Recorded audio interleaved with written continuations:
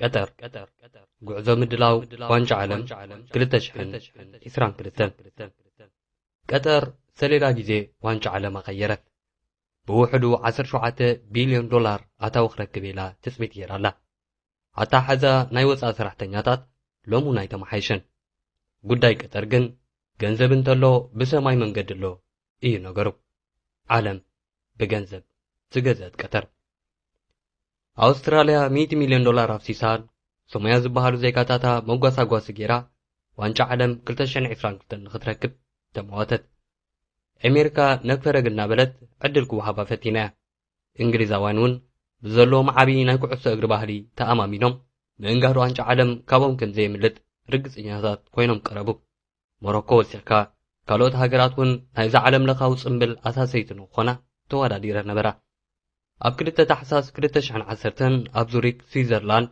ስማዳላዊት ሃገር ብወግዕ ዝውሰነሉ መዓልቲ ኣኸለ ናይ ዓለም ለኻዊ ማሕበር ኩዕሶ እግሪ ፊፋ ናይቲ ግዜቲ ፕሬዚደንት ሰር ፕላተር ናብ መድረኽ ደይቦም ጎረሮም ፀራረጉ ናይ 2022 ዋንጫ ዓለም ምእንጋዲት ሃገር ቀጠርያ ክብሉ እውን ኣወጁ ብሸኽ መሐመድ ቢን ሐመድ ኣልታኒ ዝምራሕ ናይ ቀጠር ልኡኽ ብደስታ ተሓቋፈ ካብ ስዊዘርላንድ ኣሽሓት ኪሎ ሜትራት ርሒቓ እትርከብ ከተማ ዱሓ ብደስታ ብዝተኸሩ ዜጋታት ኣጥለቕለቐት ብጭፈራ ደመቐት ሼኽ ካብ ሰር ፕላቲን ቀፂሎም ኣብ ዘስምዕዎ መደረ ጽባሕ ምድላዋትና ክንጅምር ኢና በሉ ኣውስትራልያ ኣሜሪካ እንግሊዝ ኮነ ካልኦት መስተንግዶ ዋንጫ ዓለም ንኽወሃበን ትፅቢት ዝነበረን ሃገራት ጥራይ ኢሎም እናጣውዑ ተመልሱ ገንዘብ እንተሎ ብሰማይ መንገዲ ኣሎ ኮነ ዳግም ቀጠር ሜላ ስለ ዝኸኣለትሉ ካብ ናይ ፊፋ ፈጻሚ ስራሕ ኮሚቴ ናይ 22 ኣባላት ድምፂ ብምርካብ ናይ ዋንጫ ዓለም ድግስ ንመጀመርያ ግዜ ናብ ማእከላይ ምብራቕ ወሰደት ዋንጫ ዓለም ብልምዲ ናይ ዓለምና ዓበይቲ ሊጋት ፀወተን ኣብ ዝዓፅዋሉ ኣብ ወርሓ ሰነ ዝካየድ ውድድር እዩ እዚ ኣብ ቀጠር ይደገም ምስ ዝበሃል መቆታ ስለ ዘይከኣል ዝካየደሉ ግዜ ናብ ሕዳር ተዛወረ ሊጋትና ክጉዳየን ናይ ፕሮግራም ሕንፍሽፍሽን ክሳራን ከጋጥመና እዩ ኢለን ድምፀን ዘስማዓ ሃገራት ሰማዕ ኣይነበረንን ቀጠር ናይ ዋንጫ ዓለም ሰሌዳ ግዜ ቀየረት እታ ሃገር ተሪር ወግዕን ሃይማኖቱን ፀልዋ ምዃና ተገንዚቦም ዋንጫ ዓለም ከም ቀደሙ ኩሉ ሰብ ክዘናግዓሉ ከም ዘይኮነ ዝወቕሲ ተሳእኑን ኣሚር ናይታ ሃገር ሼኽ ታሚም ቢን ሐሚድ ኣልታኒ ግን ካብ መላእ ዓለም ንዝመፀ ጋሻ ሃገሮም ብዘይኣፈላላይ ክተእንግድ ምዃና ቃል ኣተው ባህልና ኣኽብሩ እምበር መፂኹም ካብ ልብኹም ተዘናግዑ ክብሉ ቃሎም ሃቡ ቀጠር ዘርኢ ቀለም ሃይማኖት ኮነ ናይ ፆታ ፍልልይ ከይገደቦ ኩሉ ኸይዱ ዝዘናግዓሉ ዋንጫ ዓለም ንምድጋስ ላዕልን ታሕትን ጀመረት ቀጠር ንዋንጫ ዓለም ክትብል ክሳብ ኣልኮል ምፍቃድ በፂሓላ ንምዃኑ ብድሕሪ መጋረጃ ድግስን ምሽብሻብን ዋንጫ ዓለም ናይ ቀጠር ረብሓን ድሌትን እንታይ እዩ ኣብ ናይ ሎሚ መደብና ክንፍትሾ ኢና ኣዳለወና ኣቕራብን ኣስመሮም ሃይለ ምስ ኤዲተር ሄኖክ ካሳዬ ምሳና ሓቢርኩም ክትፀንሑ ዝጋብዘኩም ሰናይ ምክትታል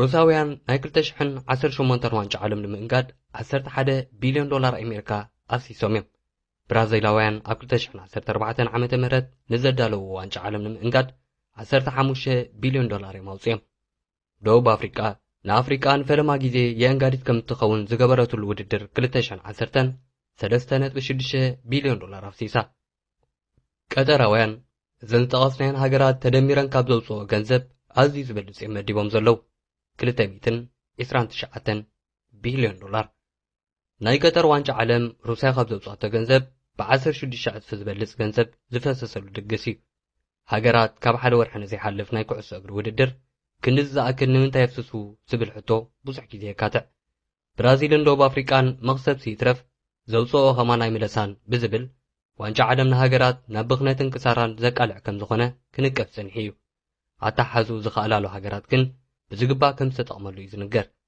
ፊፋ ከም ዝብሎ ዋንጫ ዓለም ቀጠር 2022 5 ቢልዮን ህዝቢ ዓለም ክከታተሉ እዩ ቀጠር ካብ ዝምድላው ብውሕዱ 17 ቢልዮን ዶላር ኣታዊ ክገብር ኢላ ትፅቢት ኣሕዲራ ኣላ ሃገረ ቀጠር ከባቢ 1 ሚልዮን ወፃእተኛታት ኣጋይሽ ንምቕባል ዝተዳለወት ክትከውን እንከላ ነዚ ውድድር ንምትእንጋድ ብዝሰራሓቶ ትሕተ ቅርፅታት ኣብ ዝቕፅል ዓመታት ቱሪዝማ ይኹን ሓፈሻዊ ቁጠባ ክመሓይሽ ተስፋ ኣንቢራ ኣላ ቀጠር ዋንጫ ዓለም ንምድላው 8 ስታድየማት ካብ ምህናፅን ምሕዳስን ብተወሳኺ ኣዝዮም ምዕቡላት ናይ ታሕቲ ቅርፂ ኣውታራት ዘርጊሓላ ንህንፀት ስታድየም ጥራይ ክሳብ 6.5 ቢልዮን ዶላር ፈሲሱ 36 ቢልዮን ዶላር ድማ ንመጓዓዝያን ካልእ ታሕቲ ቅርፅታትን ወፃኢ ኮይኑ ናይ ቀጠር ናይ ሆቴል ኢንቨስትመንት ክሳብ 15 ቢልዮን ዶላር ወፃኢ ተገይርሉ ፐርል ዝበሃል ኣዝዩ ብዙሕ ህዝቢ ክዘናግዓሉ ዝኽእል ሆቴል እውን ሃኒፃ ኣላ ቀጠር ንዋንጫ ዓለም ክትብል ስታድየም ካብ ምህናፅ ሓሊፋ ሓድሽ ከተማ ክሳብ ምህናፅ በፂሓ እያ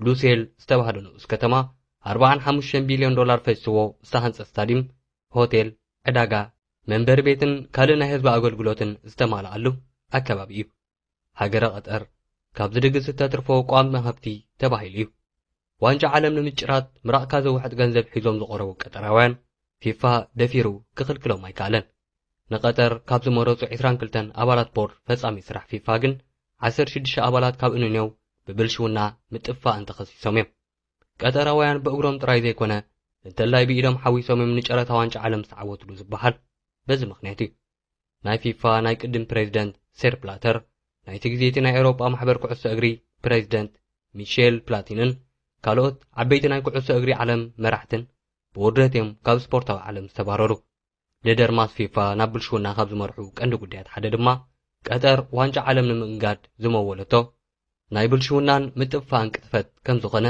ብብዙሓት ተሰሚሩሉ ይርከብ ቀጠር ናይ ዋንጫ ዓለም ድግሳ ብኩሉ ዝተፈለየን ዝፀበቐን ንክኸውን ብዙሕ ሰሪሓ እያ እዚ ድማ ኣብ ህንፀት ስታዲማትን ብዝተፈላለየ መንገዲ ከም ተንፀባረቐ ይንገር ነዚ ምድላው ዝሃነፀቶም ስታዲማት ሓደ ብሓደ ብምምልላይ ድሕሪ ገለ መዓልታት ቀጠር ንእተንግዶ ዋንጫ ዓለም ዝሓለፈ ፃዕሪ ክንደሰስ እናፈተና ወግዕና ንቕፅል ቀዳማይ ኣልቤት ስታድየም ክሳብ 66,000 ተዓዘብቲ ዘንግድ ካብ 8 ስታዲማት ብዕቤቱ ካልኣይ ደረጃ ዝሓዘ እዩ ኣልሸዓር ብዝብል ዝፍለጥ ናይ ቀጠር ናይ ቤደዊን ዓረብ ዘርኢ መንበሪ ድኳን ብስምን ቅርፅን ከም ዝውክሎ ኮይኑ ብምስርሑ ቤት ኣሽዕር ኢሎም ዝፅውዕዎ መስተኻኸሊ ሙቐት ቴክኖሎጂ ዝተገጥመሎም ናይ ብሓቂ ድንኳን ዝመስሉ መሳርሕታት ናሕስታትን መንደቕን ዝለበሰ እዩ ካብ ላዕሊ ክርአ እንከሎ ኣብ ማእከል በረኻ ዝተተኽለ ናይ ድኳን ኣዳራሽ ይመስል ኣልቤት ብዓለማዊ ናይ ስነ ህንፃ መምዘኒ ወይ ግሎባል ሳስቴይናቢሊቲ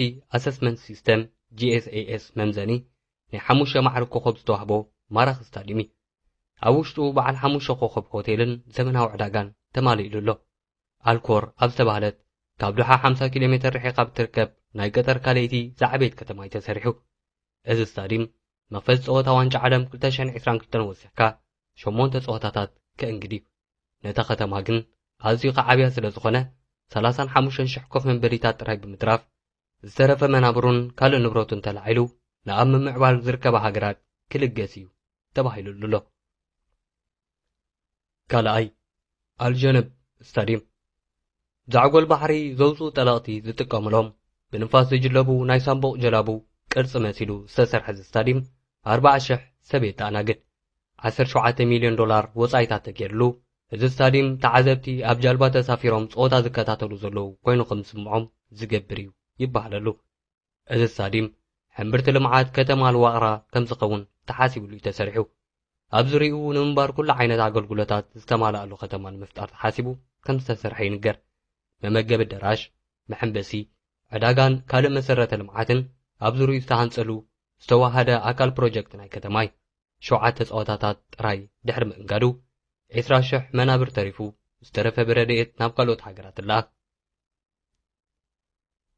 ሳልሳይ ኣሕመድ ቢን ዓሊ ወይ ኣራያን ስታድየም እዚ ስታድየም ናይ ቀጠር ናይ ቅድም ስታድየም ኮይኑ ሕሱር ብዝብልዎ 360 ሚልዮን ዶላር ተሓዲሱን ዘሚኑን ንዋንጫ ዓለም ተዳልዩሎ ንቐጠራውያን ሕሱር ማለት ክንደይ ምዃኑ ዝተብህሉ ኢኹም እዚ ስታድየም ዙርዩ ምስሊ ኣሕሊፎም ከርእዩ ብዝኽእሉ ወናፊት ወይ ሜምብሬን ዝተለበጠ ኮይኑ ብምሸት ካብ ርሑቕ ርሕቀት ንዝምልከቶ ብብርሃን ተሸፊኑ ኣብ በረኻ ዝነገሰት ወርሒ መሲሉ ይረአ ይበሃል ኣራያን ዝተባህለ ናይ እግሪ ሰኪዔት መርበብን ጋንታታት ዘለዎ ናይ ስፖርት ክለብ ይጥቀመሉ ካብ ፀወታ ዋንጫ ዓለም 7 ከእንግዲ እዚ ስታድየም ኣብ 2020 ዝተኸፍተ ኣብ 2021 ኣብ ዋንጫ ሃገራት ዓረብ 4 ፀወታታት ተእንጊዱ መብዛሕትኡ ደጊሙ ብዝተመስረሐ ፍርስራስ ናይ ቀደም ስታድየም ከም ዝተሰርሐ ዝንገረሉ ስታድየም ድሕሪ ውድድር ቁፅሪ መናብሩ ካብ 4 ናብ 20,000 ብምጉዳል ፍርቁ ንደቓ ሃገራት እዩ ክልገስ ዝተባህለ። ራብዓይ ኣልቱሙማ ስታዲየም ናይ ዓረብ ጎጆ ወይ ብቆጽሊ ስየ ተጠሊፉ ዝተሰርሐ የዕራብ ዝወዲዎ ታሪኻዊ ቆቢዕ ይመስል። ካብ ሕምብርቲ ዶሓ ንሸነኽ ደቡብ 12 ኪሎ ሜትር ርሕቀት ኣብ ክፍለ ከተማ ኣልቱሙማ ዝተሰርሐ ስታዲየም 40,000 ሰባት ሕዝ። ናይ ርብዕ ፍጻመ ጸወታ ወሲኽካ 8 ጸወታታት ክእንገድሉ እዮም። ኣብ 2021 ኣብ መንጎ ቀጠርን ኣልጀርያን ዝተኻየደ ናይ ፍርቂ ፍጻመ ጸወታ ኣብ ግምት ኣእቲኻ 6 ዝኸውን ናይ ዋንጫ ዓረብ ጸወታታት ተኻይደሉ። ብ$342 ሚልዮን ከም ዝተሰርሐ ዝተነግረሉ ስታዲየም ሙሉእ ዝርኡ ናብ ከተማ ክቕየር ዝተሓስበሉ እዩ። 50,000 ስኩዌር ሜትር ዝኸውን መናፈሻ ከቢብዎ ኣሎ። እዚ ስታዲየም ዋንጫ ዓለም ድሕሪ ምእንጋዱ 20,000 መናብሩ ጥራይ ተሪፎም ዝተረፈ ተነቒሉ ክልገስ ይበሃል። መናብር ንዝተቐነሱ ነጻ ዝኾኑ ቦታ ድማ መስጊድ፣ ሆቴልን ናይ ስፖርት ክሊኒክን ክስራሕ እዩ። 5 ስታዲየም ከተማ ትምህርቲ ካብ ዶሓ ንሸነኽ ደቡብ 7 ኪሎ ሜትር ርሕቀት ዝተደኮነ 40,000 ህዝቢ ዝሕዝ ስታዲየም ናብ ዩኒቨርሲቲ ንኽቕየር ተሓሲቡሉ እዩ ዝተሰርሐ። ኣብ ዋንጫ ዓለም ናይ ርብዕ ፍጻመ ወሲኽካ 8 ጸወታታት ከተኣናግድ እዩ። ብድሕሪኡ ኣገልግሎቱ ናብ ትምህርታዊ ትካል የስፍሕ። ድሕሪ ውድድር 25,000 ካብ ወናብርቱ ጥራዮም ክተርፉ፣ ዝተረፈ ቦታ ናይ 8 ዓለም ለኻውያን ዩኒቨርሲታት ጨንፈር ክስራሓሉ እዩ። ኣብዘን ዓለም ለኻውያን ዩኒቨርሲታት ዝመሃሩ ተምሃሮ ድማ ዝተማልአ ናይ ስፖርት ሜዳ ክረኽቡ እዮም ማለት እዩ። ናይ ትምህርቲ ከተማ ስታዲየም ብመስትያት ዝተለበጠን ልክዕ ከም ዕንቂ ሕብሪ ቀለማት ዘለዎ ብርሃን ንኸንጸባርቕ ተሓሲቡ ዝተሰርሐ ማራኺ ስነ ህንጻ እዩ። ኣብዚ እውን እንተኾነ ድሕነት ኣከባቢ ብፍጹም ብዝተማዕ መሳርሒ እዩ ዝተሃንጸ ይበሃል። ኣብ 2020 ናይ ፊፋ ናይ ክለባት ዋንጫ ዓለም እንግዲ ኣብ 2021 ድማ 5 ጸወታታት ዋንጫ ዓረብ ተኻይደሙሉ። እዚ ስታዲየም $700 ሚልዮን ዝፈሰሰሉን ዕንቁ በረኻ እናተባህለ ዝጽዋዕን እዩ። 6 ከሊፋ ዓለም ለኻዊ ስታዲየም ብስም ኣቐዲሞም ብዝሞቱ ኣሚር ከሊፋ ቢን ሐሚድ ኣልታኒ ይጽዋዕ። ኣብ 1976 ዝተሰርሐ ስታዲየም ኣብ 1992 ቀጠርት ዓዋቲ ዝኾነትሉ ዋንጫ ሃገራት ወሽመጥ ዘተኣናገደ ታሪኻዊ ስታዲየም እዩ። ኣብ 2006 ናይ እስያ ጸወታታት ንምእንጋድ ተባሂሉ ቁጽሪ መናብር ናይ ስታዲየም ካብ 20 ናብ 40,000 ክብከም ዝብል ተገብረ። ናሕሲ እውን ተገብረሉ። ሕጂ ድማ $374 ሚልዮን ወጻኢ ተገይርሉ ንዋንጫ ዓለም ተዳልዩሎ። ኣብ ዋንጫ ዓለም ሳልሳይ ተዓዋቲ ንምፍላጥ ዝግበር ናይ ደረጃ ጸወታ ወሲኽካ 8 ጸወታታት ከተኣናግድ እዩ። ኣብ 2021 እውን ናይ ፓን ዓረብ ጸወታታት ተኻይዱሉ እዩ። ኣብ 2019 ናይ ሻምፒዮን ኣትሌቲክስ ዓለም ከእንግድ ተራእዩ። ናይ 2020 ናይ ፊፋ ውድድር ዋንጫ ክለባትን ካልእ 4 ጸወታታትን እውን የእንጊዱ ነይሩ። ኣብ ማእከል ዶሓ ዝተሰርሐ ስታዲየም ዙርኡ መዘናግዒታትን ትሕተ ቅርጻታትን ዝኸበብዎ እዩ። ኣማድ ማእከል ስፖርታዊ ምሕንባስ፣ ኣስፓየር ሚነራል፣ ቪላጆ ኣዳራሻት ዕዳጋ ከምኡውን 150 ሜትሮ ዝኸውን ብጃልባ ዝዛወርሉ ናይ ውሽጢ ገዛ ቦይንግ ኣብ ከባቢ ስታዲየም ክዛወሩ ዝኽእሉ በጻሕቲ ሃገር ዝረኽብዎም መስሕባት እዮም። 7 ራስ ባዓቡድ ወይ ስታዲየም 974 ናይዚ ስታዲየም ኣገራምነት ዝጅምር ካብ 974 ናይ መርከብ መጓዓዚ ንብረት ኮንቴነራት ስለ ዝተሰርሐ ክኸውን ከሎ ዋንጫ ዓለም ድሕሪ ምዝዛሙ ድማ ሙሉእ ብሙሉእ ፈሪሱ ዝለዓል ምዃኑ እዩ። ክሳብ ናይ ውዲቕካ ምሕላፍ ዙር 7 ናይ ዋንጫ ዓለም ጸወታታት ከእንግድ እዩ። ነዚ ድግስ ተባሂሉ ጥራይ ስለ ዝተዳለወ ኣብ መጨረሻ ክፈርስ እንከሎ ኣብ ቦትኡ ብወደብ ትካእ ብናይ ዓለም ናይ ህንፃን ከባቢያዊ ድሕነትን መምዘኒ GSAS 4 ኮኸብ ዝተዋህቦ ክኸውን እንከሎ ኣብ ዋንጫ ዓረብ 2021 ናይ መኽፈቲ ጸወታ የእንጊድ እዩ። 8 ሉሴይል ስታዲየም ሉሴይል ስታዲየም ጥራይ ዘይኮነ ሙሉእ ከተማ ዘካተተ ፕሮጀክት እዩ። ናይ ፍጻመ ጸወታ ዋንጫ ዓለም ሓዊስካ 6 ጸወታታት ኣብዚ ስታዲየም ንኽካየዱ ቆጸራ ተታሒዙሎም ኣሎ። $767 ሚልዮን ዝኣክል ገንዘብ ዝወጸሉ ኮይኑ ናይ የዕራብ ፋኑስ ወይ ሒላብ መሲሉ ከም ዝስራሕ ተገይሩ። ሉሴል 80,000 ህዝቢ ብሓደ ግዜ ይሕዝ። ድሕሪ ውድድር ዋንጫ ዓለም 40,000 መናብርቱ ከቕንሱ እዮም። እቲ ዝተረፍ ቦታ ክሊኒክ፣ ዕዳጋን መዘናግዕን ክስራሕ እዩ።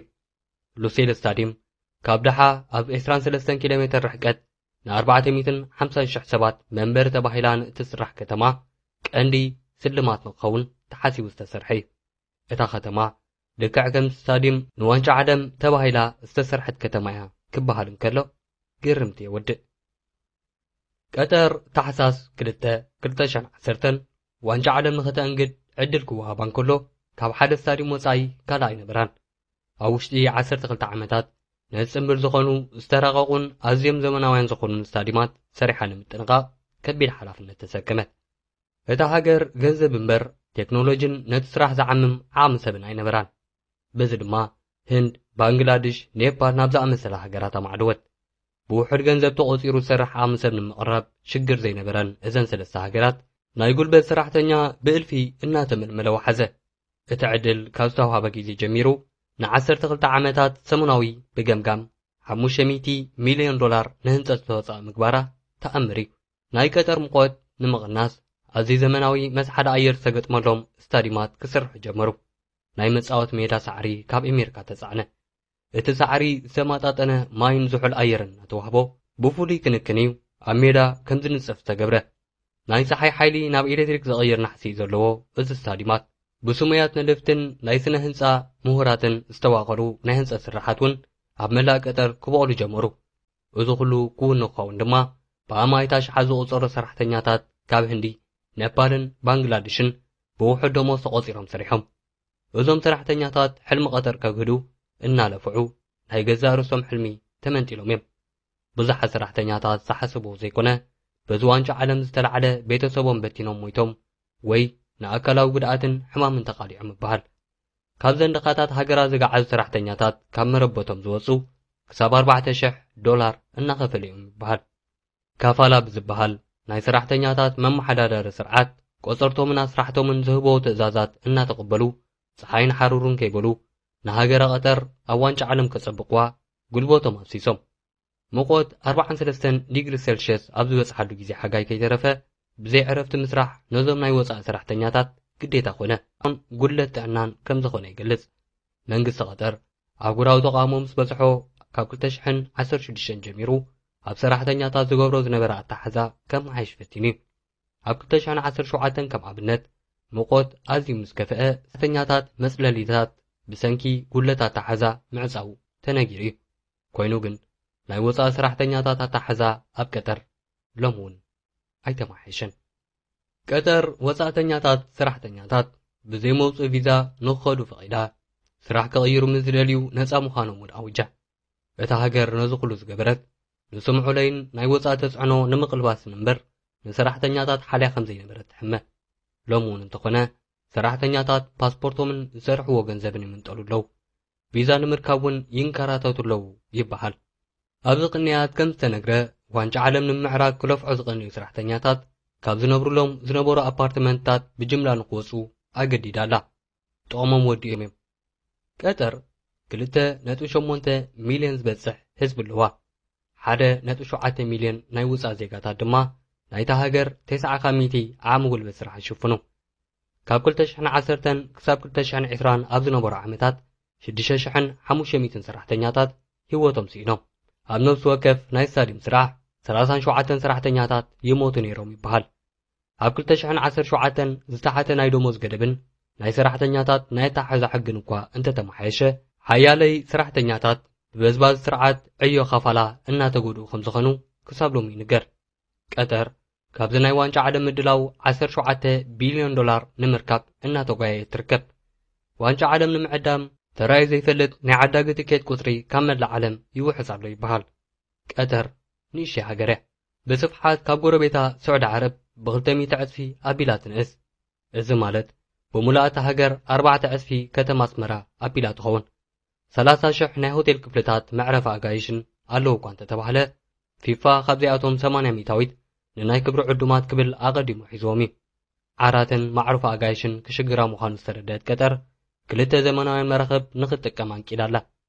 ክልተን መራኽብ ብድምር 10,000 ሰብ ሒዛ። ኣብ ወደባት ኣብ መራኽብ እናሓደርካ ዋንጫ ዓለም ክትዕደም ፍሉይ ኣጋጣሚ ይመስል። ካልእ ቀጠር ዝመሃዘቶ ጥበብ ድማ ኣብ በረኻ ዝትከሉ ድንካውንቲ ከም መዕረፊ ምጥቃም እዩ። ኣጋይሽ ኣብ ዝመፅሉ እዋን ናይ በደዊን ዓረብ ሰባት ድንኳን ኣዕሪፎም ዋንጫ ዓለም ክዕደሙ ይኽእሉ እዮም እዩ ዝተባህለ። እዚ ኩሉ ግን ምስ ቁፅሪ በጻሕቲ ክነጻጸር እንከሎ ብቑዕ ከም ዘይኮነ ይንገር። ስለዚ ድማ ተወሳኺ መፍትሒ ዘድለየ ተመልከቲ ኣብ ጎረባብቲ ሃገራት እናሓደሩ ጾታ ክሪኡ ብኣውሮፕላን ዝመላለሱሉ ዕድል ተፈጢሩሎም ኣሎ እዩ ተባሂሉ። ሕጂ መዓልታት ዝተርፍዎ ናይ ገጠር ዋንጫ ዓለም ትኹረት ሙሉእ ህዝቢ ዓለም ተቆጻጺሩ ኣሎ። ብዛዕባ ዝሞቱ ናይ ወፃኢ ሰራሕተኛታት ኮነ ብዛዕባ ታሓዛ ሰብኣዊ መሰላት ወይ ካልእ ንስም ሃገረ ቀጠር ባእሉታ ዝጸሉ ዜና ማንም ብጮቕ ክብል ኣይረኣይን። ቀጠር ምስላ ንኽትሃንጽ ኣዝያ ተጨኒቓላ። ካብዚ ቀዲሙ ናይ ፈረንሳይ ግዙፍ ክለብ ፓሪስ ሴን ጀርማ ወይ ፒኤስጂ ብምግዛእ ናይ ዓለም ከዋኽብቲ ተጻወቲ መእከብ ምፍጣራ ኣይዝንጋዕን። ሕጂ እውን እዛ ክለብ ሊዮኔል ሜሲ፣ ኔይማር፣ ምባፔን ካልኦት ዝኣመሰሉ ከዋኽብቲ ተጻወትን ዝሓዘት ካልእ ናይ ቀጠር ገጽታ ምህነጺት እያ። ቀጠራውያን ዋንጫ ዓለም ቀንዲ ኣፈላጢ ገይሮም ዝቖጸርዎ ቅድሚ ሕጂ ኣብ ፒኤስጂ ዘጻወትዎ እንግሊዛዊ ኮኸብ ዴቪድ ቤካም እዩ። ቤካም $277 ሚልዮን ንመዋዕዋዕ ተኸፊልዎ ይበሃል። ሎሚ ብዛዕባ ዋንጫ ዓለም ቀጠር ዝዝርግሑ ኣሉታውያን ዜናታት ዝቐነሱ ልክዕ ከም ቤካም ናይ ዓለም ኣፍ ብገንዘብ ስለ ዝዓፀውዎ ከም ዝኾነ ኩሉ ዝተቐበሉ ይመስል። ቀጠርን ፊፋን ንዝሞቱ ሰራሕተኛታት ዝተሓተትዎ $440 ሚልዮን ናይ ገንዘብ ክፍሊት ንናይቲ ውድድር መልክዕ ንምጽባቕ ምዝወፅእ ዘሎ ገንዘብ ክነጻጸር እንከሎ ናይ ዓለም ሓባል ፍርዲ ንምርዳእ ካብ እኹል ንላዕሊ ጭብጢ እዩ። ክቡራት ተኸታተልትና ንሎሚ ኣዳኒናልኩም ዝነበርና ኣካል ብምኽንያት ዋንጫ ዓለም እነዳልዎ ፍሉያት መደባት ዝኾነ መደብ እዚ ተኸታተልኩሞ እዩ ነይሩ። ካልኦት መደባትና ንምክትታል ሳብስክራይብ ግበሩ። እንተፈቲኹሞ ላይክ ብምግባር ምስ መቕረብኩም ንኽትከታተልዎ ድማ ሼር ብምግባር ኣካል ዕቤትና ኹኑ። ሰሰና እዩ።